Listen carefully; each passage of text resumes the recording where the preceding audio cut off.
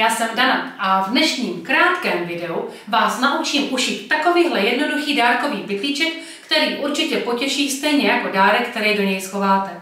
Samozřejmě to můžete používat i jako sáček na drobnosti do kabelky, sáček na karty, na hračky, na cestování, na cokoliv. Funguje to úplně jednoduše, je to prostě obdélníčkový sáček, nebo tvar si můžete udělat podle sebe, který už má vsazenou stužku, aby nám nespadla, a je udělaný z dvojité látky. Takže nebudeme vůbec otálet, ukážeme si, jak se to bude stříhat, abyste si poradili s jakýmkoliv rozměrem a pak si to ušijeme. Střih není nic složitého, je to v podstatě obdélník s ukousnutými rohy. Takže ten první rozměr, který nás zajímá, je ta šířka toho pytlíčku. Šířka. Domalujeme si obdélník, kde tou druhou stranou bude výška toho sáčku.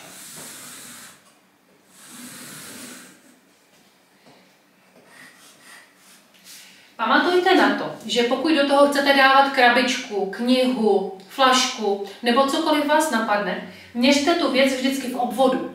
A ten obvod bude dvojnásobkem šířky. Nebo když to řeknu obráceně, tak šířka bude polovinou obvodu té věci, kterou tam potřebujete dát. Stejně tak na tu výšku by to byl opět obvod plus něco nahoru, to, co nám zůstane nad tou stuhou. Takže jenom, abyste to nepopletli a neudělali jste si sáček příliš malý. To poslední, co mě zajímá, je šířka dna toho sáčku. Dno tam být může a nemusí. Já to mám ráda, když to vypadá plasticky, ale je to jenom o vás. Já, když bych chtěla, aby moje dno bylo celkem široké 4 cm, tak si tady odměřím 2 a 2 cm takový růžek. Je to prostě vždycky půlka toho dna, protože ten obdélníček, co my máme namalovaný na tabuli, je v podstatě polovina střihu na ten dárkový sáček. A to je úplně všechno. K tomu si přidáme našry a stříháme. My si teď připravíme látku, která bude vnější, látku, která bude vnitřní, jakoby počívková, a kus stuhy, která se nám k tomu líbí. Může být i provázek nebo šňůrka, to už záleží úplně na vás. Já mám tady předrýsovaný ten střih, jako jsem vám ukazovala na tabuli, s tím, že už jsem tu označila 2 možnosti, kde můžu udělat otvor pro otočení. Samozřejmě ho budeme mít v té počívkové části. Ono bude docházet k tomu, že pokud mám vzor, jako já mám tady na beruškách, že je jedno, kde bude nahoru a dolů, protože berušky jsou na střídačku, tak můžu ušít to tak, že nebudu dělat žádný šev na dně. Pokud jsem měla látku, jako já mám tuhle na tom ukázkovém sáčku se srdíčky, dělala jsem na dně šev, aby oboje srdíčka šla hezky, jak patří, aby nám ani jedna nepadala hlavou dolů. Takže my to uděláme teďka tak, že když si to na sobě hezky vyžehlíte, aby vám ty látky na sebe lehly, můžete si to rovnou přeložit, jak potřebujete. Necháme si okolo rezervu na švové záložky, srovnáme si to. Pokud umíte s pravítkem a řezacím kolečkem, samozřejmě si tím můžete usnadnit práci. Pokud ne, tak si to přišpendlete a udělejte to tak, že to obstřínete nůžkama o centimetr nebo o 0,75 větší, podle toho, za jakou záložku jste zvyklí šít. Já si nechám 0,75 a usnadním si takhle život kolečkem. I protože to kolečko je pro mě snadné, já jsem zvyklá.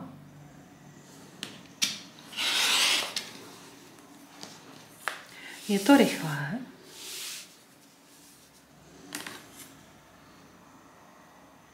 A pěkně velmi přesné. Tak, teď mám ten základní tvar toho sáčku. I já teď sahnu po špendlíku. Přichytím si tady dole ten střih. A teď už to vidíte, proč mám 2 možnosti otvoru. Je to proto, že já, když mám spodní okraj bez švu, to dno nebude mít šev, tak musím otáčet otvorem v boku. Když bych měla šev ve dně, jako jsem to udělala u srdíček, tak bych mohla otáčet i otvorem ve dně. Tady vidíte, že ho mám zašívaný. Tak. Pak si odstřihněte ten materiál u těch růžků za stejně širokou záložku, jako jste to stříhali celé. Tohle se kolečkem dělá špatně, ono mi ty nůžky nechtějí. Dneska mi zlobí. Tak, jedna strana, jak tam mám víc vrstev látky, tak se to tak snadno nestříhá. Já si tady dostříhnu ty chloupky, ať to mám čistý a jsme připraveni. Co doporučuji označit, je na té počívce ten otvor, abyste na to nezapomněli. Tady se nám to asi oplatí udělat fixem. Je to zase to gumovací péro, které zmizí pod žehličkou. A pak si případně můžete podle velikosti té stuhy říct, jak vysoko od zhora ji budete chtít. A na tu lícovou stranu si udělat pořádně značku. Stačí jenom ta horní, od které přiložíme stuhu, až ji tam budeme vkládat. Teď to rozdělím. A pokud mám, tak jako já, stříháno v celku, budu rovnou sešívat horní kraje. Pokud máte rozdělené dno, jako první krok musíte sešít dno, abyste se dostali k tomuhle tvaru. Takže pokud máte sešívat dno, sešijte, rozžehlete a jsme připravení. A budeme pokračovat dál. Dáme na sebe lícem k lícu, podšívku a vrchní látku. Já jsem si to tuhle převrátila, takže takhle, abych viděla ty značky. A jako první sešijeme jenom ty krátké horní hrany. Je to jednoduchý a velmi rychlý postup, já vám to pak už budu ukazovat celé od stroje. Takže připravíme si pro sešití tyhle krajní hrany, které potom budou nahoře. Takže normálně rovným stehem sešijeme ty horní okraje. Nezapomeňte si na začátku i na konci pěkně zapošít. Nehledejte v tom nic složitého, je to úplně jednoduchý a velmi rychlý projekt, který dokážete skutečně ušít za pár minut, než půjdete na návštěvu, abyste měli dáreček zabalený. Je to i hezké na vánoční dárky, protože sáčky se vždycky hodí. A nezbyde nám tuna zmuchlaného papíru. Tak.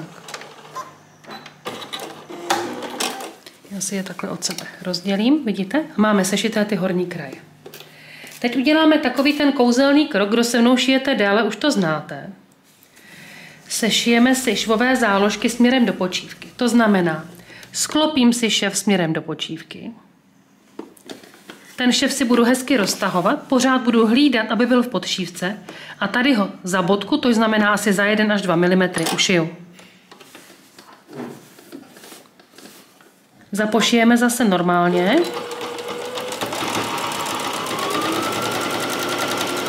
Tenhle ten pomocný šev udělá to, že se nám podšívka nebude vytahovat ven.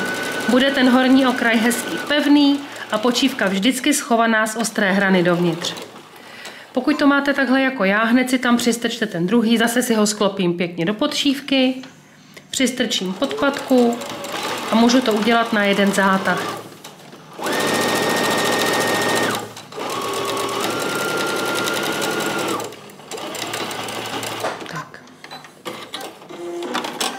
A máme to takhle prošité. Teď vidíte, že když to zlomím, tak se mi ta podšívka opravdu neukazuje venku přes hranu těch berušek. Zůstává tam pěkný okraj. O to nám šlo. Teď to urovnejte tak, abyste dali, já vždycky říkám svůj k svému, abyste dali berušky k beruškám, to znamená lícovou klátku k lícové, podšívkovou k podšívkové. Najdeme ten okraj, kde máme označený otvor, pokud ho máte v boku jako já, protože pokud jste ho nechávali ve dně, už ho máte vynechaný. Tak, tady si hezky příčným špendlíkem spíchnu ty záložky nad sebe, aby mi zůstaly parádně nad sebou. Udělám to i na druhé straně. Dám si to přesně nad sebe a příčným špendlíkem si je zajistím. Jako první budeme sešívat tu stranu, kde je otvor pro otočení. Takže začneme od konce počívky, tady od toho rohu. Dojedu ke značce, zapošiju, potom od značky a došiju to až na konec. Jdeme na to. Takže zapošiju, dojedu si ke značce, zapošiju, začneme za tím otvorem, opatrně přes ten příčný špendlík přejdeme, tak, hezky si to porovnáme a dojedeme zase až úplně na samý konec.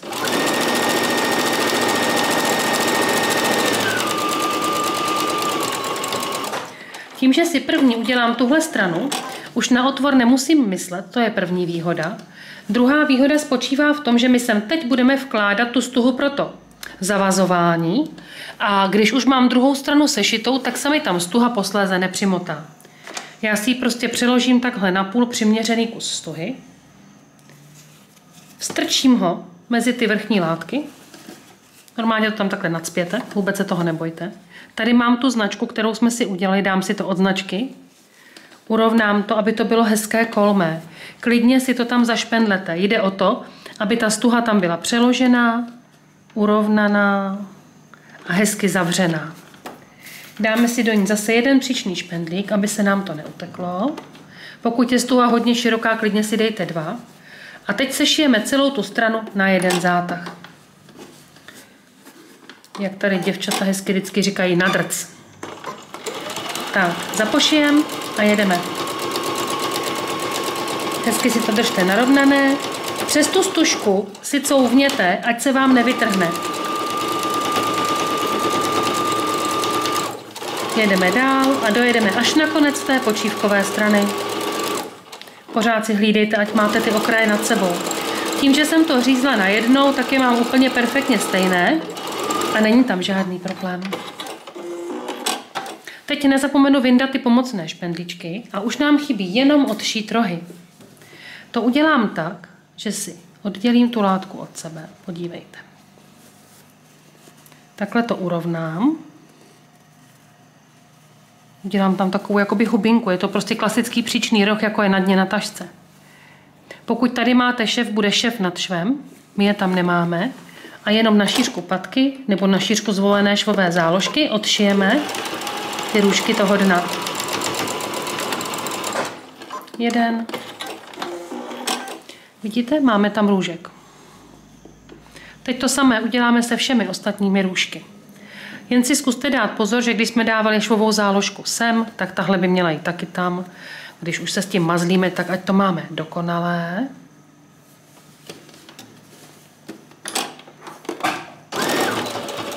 Zapošijeme. Ještě kousíček. Stejné růžky musíme ušít na té podšívce, aby nám to do sebe hezky pasovalo. Zase si dejte pozor, když mám šev sklopený tady, tak celý ten šev musí jít sem a v tom krajním růžku v počívce to zase bude k téhle straně, aby se nám uvnitř ta záložka pokud možno nepřevracela. Pokud to neuhlídáte, svět se nezboří, ale je hezký si na to myslet.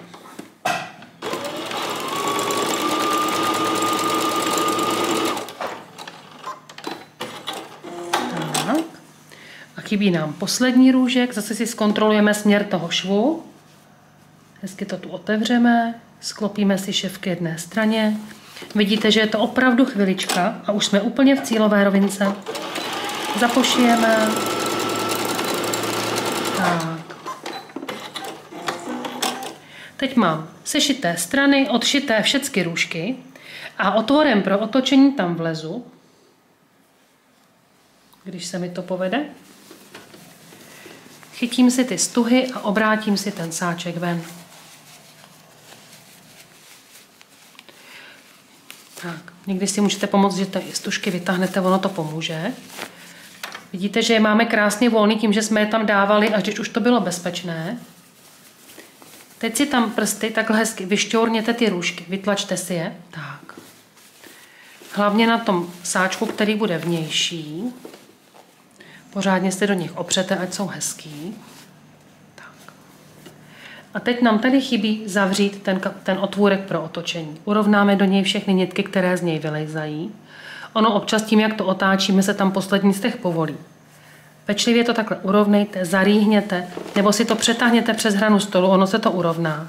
A za maličko, my říkáme za bodku, zašijte ten ten otáčecí otvůrek.